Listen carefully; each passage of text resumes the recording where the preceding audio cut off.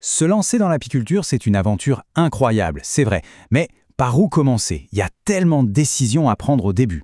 Eh bien, l'idée ici, c'est justement de démêler tout ça, de transformer ces choix qui peuvent paraître un peu complexes en un parcours clair, étape par étape, pour installer sa toute première colonie. Alors voilà notre programme.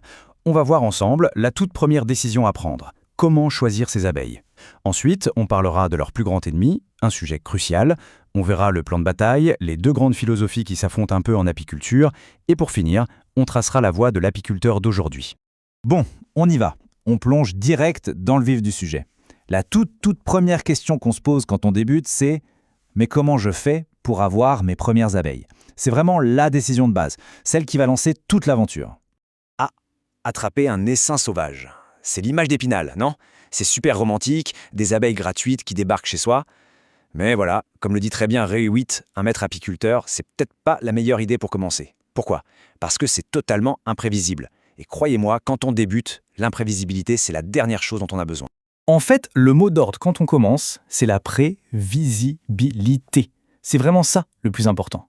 Un essaim sauvage, c'est la loterie totale. On ne sait rien. Quel âge a la reine? Est-ce qu'elles sont agressives? Sont-elles en bonne santé? C'est un grand point d'interrogation. Alors qu'acheter ces abeilles, c'est un investissement, certes, mais c'est un investissement dans un départ maîtrisé. On sait qu'on a une jeune reine, en pleine forme, une génétique sélectionnée pour être douce et une colonie saine. Franchement, pour apprendre tranquillement, ça change tout. Ok, donc on a décidé d'acheter. Maintenant, il y a deux grandes options sur la table. Le paquet d'abeilles ou le nucléus. Le paquet, imaginez une sorte de kit à monter soi-même. On a une boîte avec des milliers d'abeilles et une reine dans sa petite cage. C'est à elle de tout construire de zéro. Le nucléus, par contre, c'est une mini-colonie clé en main. C'est une petite ruche déjà fonctionnelle, avec ses cadres, ses larves, ses réserves. C'est un peu plus cher, oui, mais ça offre une sacrée longueur d'avance et honnêtement, ça maximise les chances que tout se passe. Bon, on sait comment on va avoir nos abeilles. Maintenant, la question c'est quelles abeilles? Et là, j'aime bien la comparaison avec les races de chiens. Au final, un chien reste un chien. Eh bien, c'est pareil pour les abeilles. Mais entre un labrador et un Jack Russell, le tempérament n'est pas le même. Pour les abeilles, c'est exactement ça. Chaque sous-espèce a son caractère, ses qualités, ses petits défauts. Regardons un peu les quatre plus connus. On a l'italienne, super calme, une excellente productrice de miel. Par contre, elle est un peu gourmande pour passer l'hiver. Ensuite, la carniolienne, très douce, super adaptée au climat froid. Son petit défaut, elle adore essaimer, c'est-à-dire que la colonie se divise et une partie s'en va. Faut bien la surveiller. La russe, elle c'est un tank, très résistante aux maladies, mais elle peut avoir un sacré caractère, pas top pour les débutants. Et enfin, la caucasienne, un amour, très douce. Mais elle produit des tonnes de propolis, cette résine super collante qui rend l'ouverture de la ruche un peu sportive. Donc on le voit bien, le choix dépend vraiment du climat de la région et de ce qu'on recherche. Mais en réalité, il faut savoir un truc. Quelle que soit la race qu'on choisit au départ, avec le temps, on finit presque toujours avec ce qu'on appelle des métisses locales. C'est tout simple, la reine va se faire féconder par les mâles du coin et hop, la génétique se mélange. Et franchement, c'est loin d'être un problème. Au contraire, ça donne souvent des abeilles super robustes, parfaitement adaptées au climat et aux fleurs de l'endroit, une sorte de super abeille locale.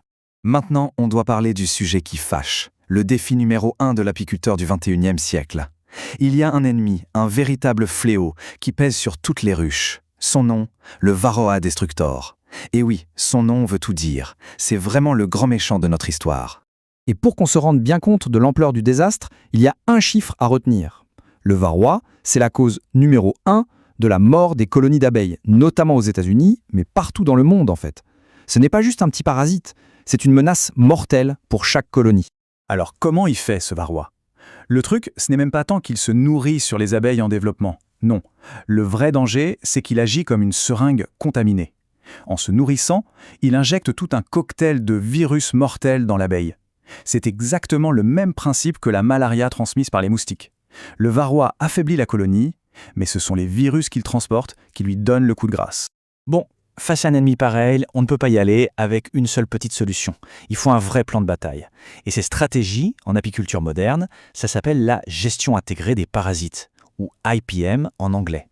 L'idée, c'est de ne pas mettre tous ses œufs dans le même panier, mais de combiner plusieurs techniques, à plusieurs niveaux, pour maintenir ces acariens à un niveau acceptable. Le premier niveau d'action, c'est le plus naturel. On pourrait appeler ça les approches culturelles. Par exemple, on peut choisir dès le départ une lignée d'abeilles qui se défend mieux contre le varroa. Une autre technique, c'est de créer ce qu'on appelle une rupture de ponte. En gros, on s'arrange pour qu'il n'y ait plus de bébés abeilles à un moment donné dans la ruche. Et comme le varroa se reproduit sur les bébés abeilles, eh bien, on casse son cycle de reproduction. on travaille avec les abeilles. Par contre, Deuxième niveau, les approches mécaniques. Là, on intervient physiquement. Il y a une astuce à connaître. Le varroa adore se reproduire sur les larves de mâles, les faux bourdons. Pourquoi? Parce que leur développement est plus long, ça lui laisse plus de temps pour faire des petits. Malin, non? Du coup, on peut utiliser ça contre lui. On met un cadre spécial pour que la reine ponde plein de mâles, les varroas sautent dessus et hop, on retire le cadre et on élimine des centaines d'acariens d'un seul coup. C'est une technique de piégeage super efficace. et enfin, troisième et dernier niveau, la chimie. Attention, il y a chimie et chimie. On a ce qu'on appelle les traitements doux, qui sont à base d'acide organique, qu'on trouve naturellement dans la nature et même dans le miel. Et puis on a les traitements durs, des produits de synthèse qu'on garde vraiment pour les cas extrêmes. Mais, et ça c'est la règle à ne jamais oublier, on doit absolument faire une rotation des traitements. On n'utilise jamais 2 fois de suite la même molécule. Sinon, les varroas s'habituent, développent une résistance et nos traitements ne servent plus à... Et tout ça, ce n'est pas fait au hasard. On ne traite pas juste au cas où. Non, on agit comme un médecin.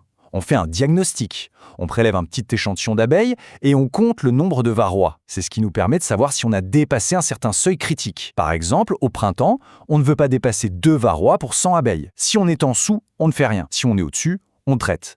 C'est une gestion basée sur des données, pas sur des impressions. En fait, tous ces choix très concrets, quelle abeille acheter, comment traiter le varroa, nous amènent à une question beaucoup plus profonde, presque philosophique. Au fond, il s'agit de décider de la place de l'humain dans la vie de la ruche. Est-ce qu'on doit intervenir, contrôler, sélectionner, ou est-ce qu'on doit laisser faire la nature? C'est vraiment 2 écoles qui s'opposent. D'un côté, il y a l'élevage sélectif. L'humain est le maître du jeu. Il choisit les reines les plus douces, les plus productives, et les fait se reproduire pour obtenir des colonies prévisibles et performantes. C'est le modèle de l'agriculture, en somme. De l'autre côté, il y a les partisans de la sélection naturelle. L'idée, c'est de dire « stop, on arrête de traiter, on arrête d'intervenir. On laisse les colonies se débrouiller. La plupart vont mourir, c'est vrai, mais celles qui survivront seront des survivors, des abeilles ultra résistantes et parfaitement adaptées à leur environnement. » Mais est-ce qu'on est obligé de choisir son camp? Comme le dit très sagement Steve Donohue, il y a de la place pour tout le monde. Ces querelles entre apiculteurs, au final, ne servent à rien. On peut tout à fait imaginer un chemin du milieu. Peut-être que la vérité se trouve dans un équilibre entre ces 2 visions, non?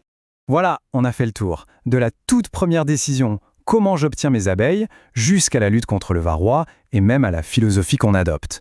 On voit bien que devenir apiculteur aujourd'hui, c'est un cheminement, un parcours fait de plein de choix importants. Et tout ça, finalement, ça nous ramène à une seule et unique question, la plus importante de toutes. Quel genre d'apiculteur veut-on être? Est-ce qu'on cherche à être un éleveur qui façonne ses abeilles pour qu'elles soient douces et productives? Ou est-ce qu'on se voit plutôt comme un gardien, un berger, qui accompagne ses colonies en les laissant s'adapter et évoluer avec leur environnement? Il n'y a pas de bonne ou de mauvaise réponse, juste un chemin à choisir.